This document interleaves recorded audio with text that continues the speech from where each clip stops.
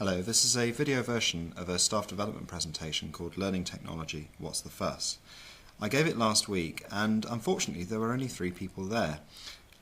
So I've made a video to hopefully reach a larger audience, but this is what actually happened last week, and you can see I filmed myself.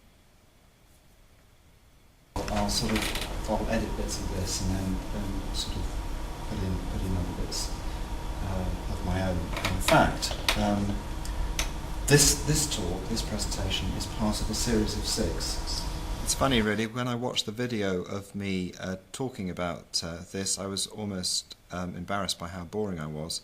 It's much easier to show the 6 sessions that we're running visually. So we've got Educational Technology, What's the Fuss? That's the first one. Video Podcasting 1 and 2 in November. Progressive Assessment Using Technology, PDP and ePortfolio, and Course and Curriculum Design in February. So there's quite a lot there, there's quite a rich programme of stuff to look at. The purpose of today's presentation is to take a very long-term view, a very broad, high-level view. So I've got a high-level sort of Google Earth picture here. And I want to close in from that very high level into the detail. And I want to do that by looking at the sort of broader cultural implications of technology and to look and see how those cultural implications actually affect what we should be thinking about on a day-to-day level.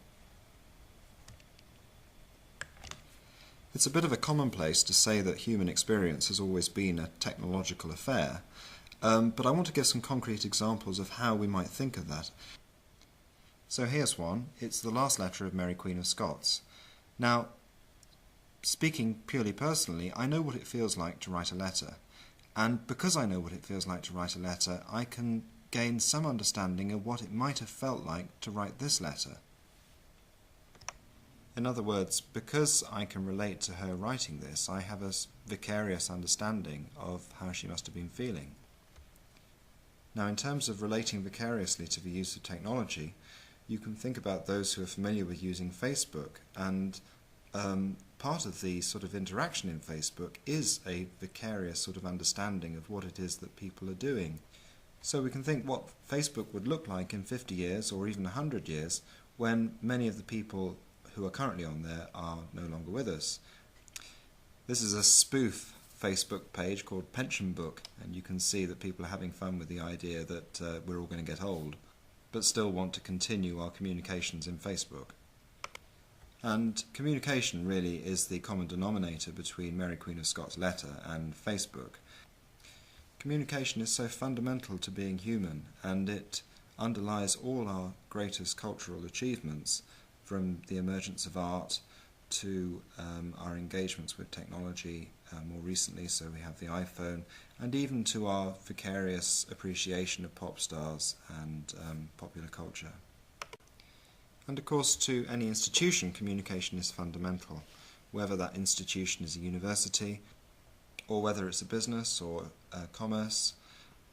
And in fact, the idea of an institution as a shared body of practice, a shared pattern of communication, goes back to the Middle Ages. So just to recap, I'm talking about a link between the vicarious experience of others using technology, communication, and the organisation of institutions. So as we close in from a high-level perspective on technology to a more practical day-to-day view, we can think what the mechanisms are that link individual action to communication and the organisation of institutions. Here's one perspective from sociology, the relationship between structure and agency, suggested by Roy Basker, Margaret Archer, and to some extent Tony Giddens. The idea is that individual human agency reproduces and transforms social structure, which in turn conditions individual human agency, and that this is something which underlies the relationship between individuals and institutions. Now clearly that process relies on communication for the ability of individuals to reproduce and transform their institutions. But institutions, and perhaps universities particularly, struggle with communication. For example, putting on a staff development session for only 3 people isn't perhaps the most effective communication. This is what happens. There you go. Where is everyone? I knew there wasn't going to be anyone here. So creating environments for effective communication seems to be a very important thing that we have to do within the institution. And these environments are physical, obviously, coffee bars, corridors, classrooms, but also we have online environments where people can communicate, discussion forums, video, blogging. In terms of the physical spaces, here's an example of the Student Learning Zone. Much time and effort was spent designing this space in the hope that people would sit and enjoy effective conversations with each other. And the realities of our physical environment are that corridors, or even cloisters in the old universities, are very important places where people pass each other and have conversations. In the online spaces, we now have online social networks like this one, and many universities are investing in similar social networking functionality for internal communication, so that communications between departments, communications of academic schools and services within the university can pool their information and make it more transparent. But all of this communication really serves one purpose, which is to ensure that learners engage in effective learning conversations with each other and with their tutors. And here are some very real challenges, because as learners' lives get more complicated and they have to work and pay a lot of money to study, they will demand increasing flexibility of provision.